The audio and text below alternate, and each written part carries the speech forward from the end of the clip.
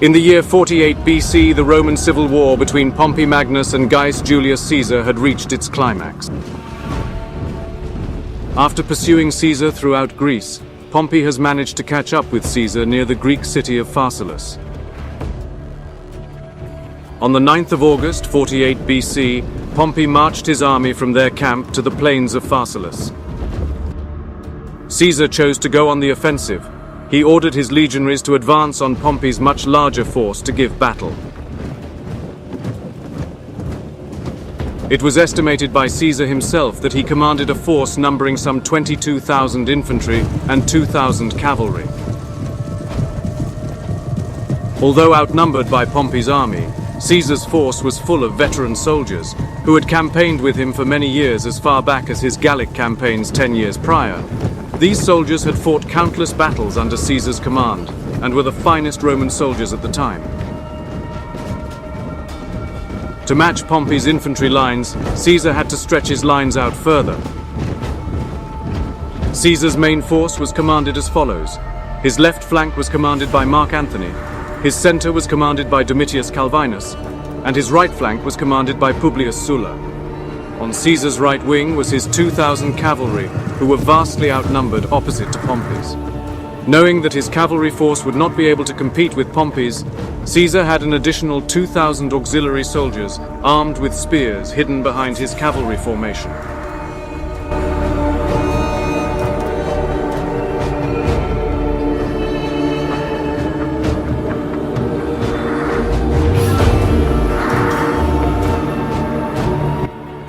Caesar estimated that Pompey commanded a force numbering 34,000, 40,000 infantry, and some 7,000 cavalry. Although a much larger force than Caesar's, Pompey's army was composed of newer recruits who were not nearly as combat experienced as Caesar's legions. Pompey's main force was commanded as follows. His left flank was commanded by Lucius Cornelius Lentulus. His center was commanded by Scipio, and his right flank was commanded by Ahenobarbus, with a river to their right which protected their flank. On Pompey's left wing were his cavalry force commanded by Labienus. Pompey's plan of battle was to allow Caesar's men to engage with his on the main line, while his much larger cavalry force would flank left, crushing Caesar's smaller cavalry force, and then flanking Caesar's engaged legions from behind. With a larger force, Pompey's lines were deeper than Caesar's.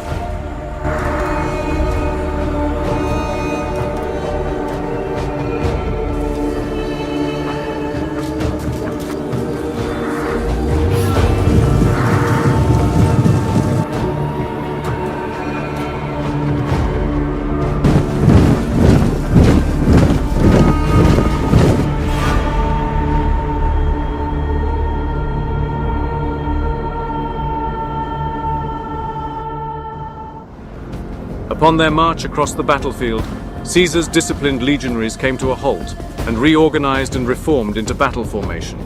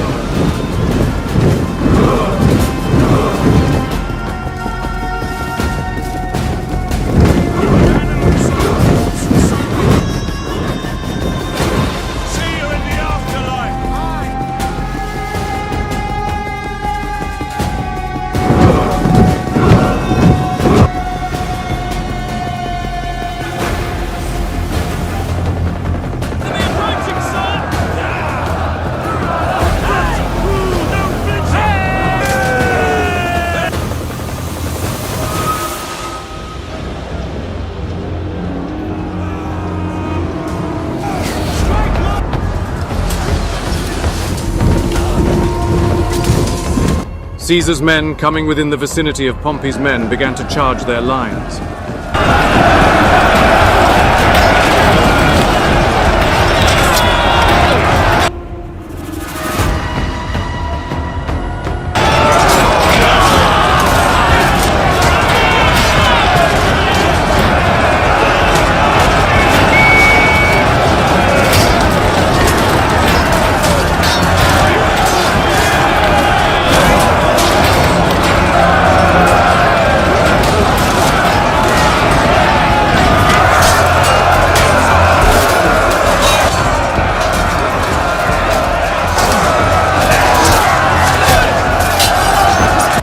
With the infantry engaged, Pompey then attempted to execute his plan. He ordered his cavalry, commanded by Labienus, on his left flank, to charge the cavalry on Caesar's right flank.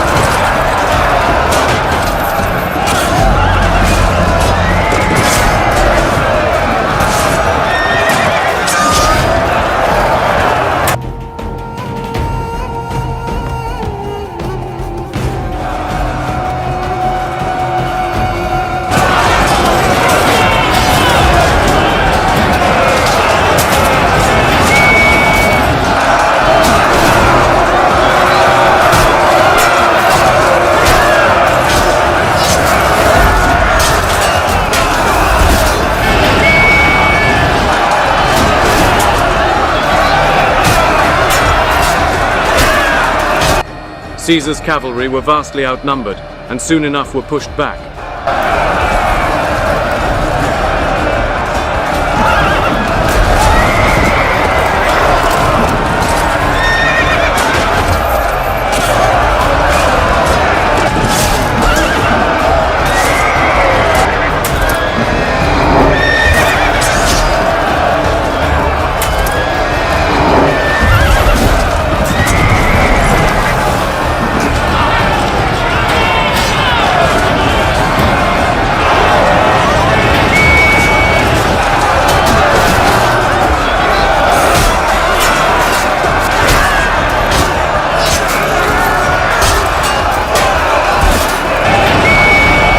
Eventually, Caesar's cavalry retreated entirely.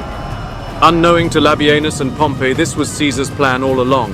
While both forces were engaged, Caesar's spear infantry soldiers were marching up the flank, preparing to engage and trap Labienus and his cavalry.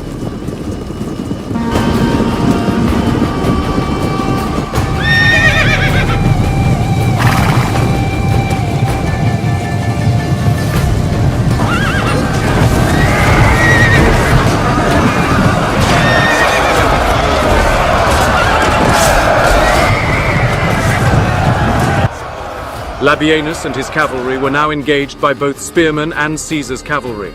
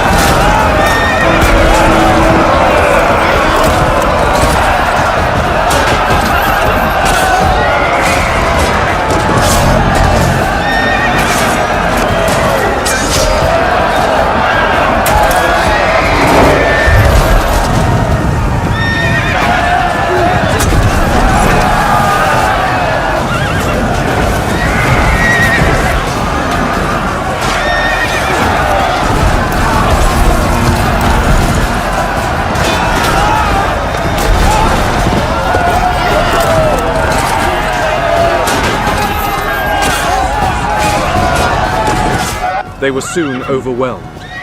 Labienus ordered a full-on retreat. His cavalry fled entirely from the field of battle, with Caesar's cavalry giving pursuit.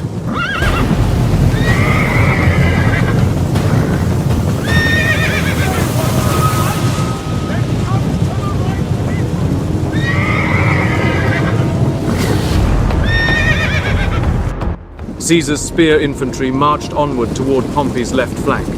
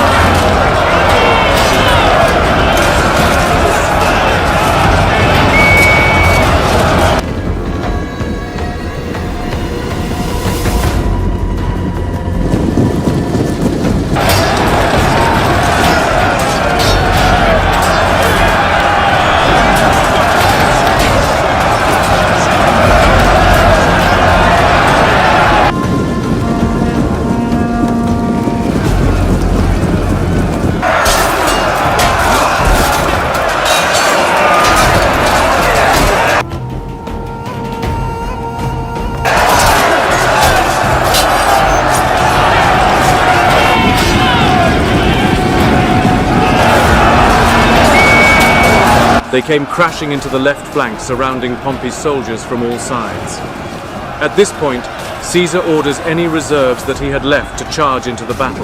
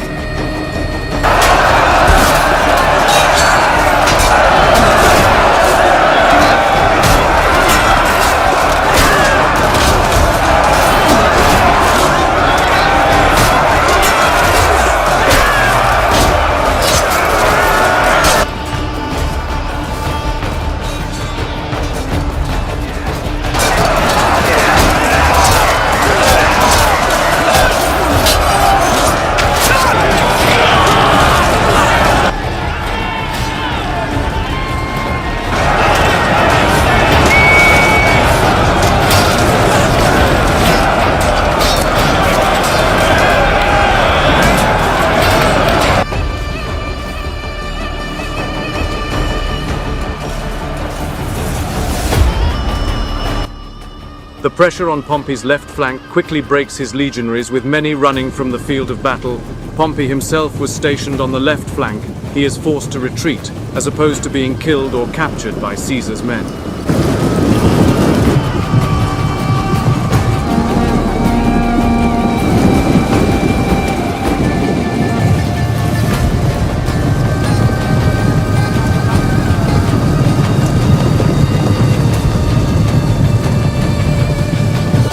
Seeing that their left flank has collapsed, the rest of Pompey's lines broke out into a full-on rout from the battlefield. Upon their retreat, Caesar ordered his men to follow suit, chasing down Pompey's men into their camps, killing anyone who continued to fight on and capturing any of Pompey's men who had laid down their arms and surrendered. Unfortunately, by the time Caesar's men had reached the camp, Pompey had fled along with most of his other generals. The estimated losses reported by Caesar himself were as follows. Caesar had lost 1,200 men, while Pompey's had lost 15,000 men, with 24,000 men surrendering to Caesar. Though these numbers may not be fully accurate, as Caesar was known to be biased in his reports.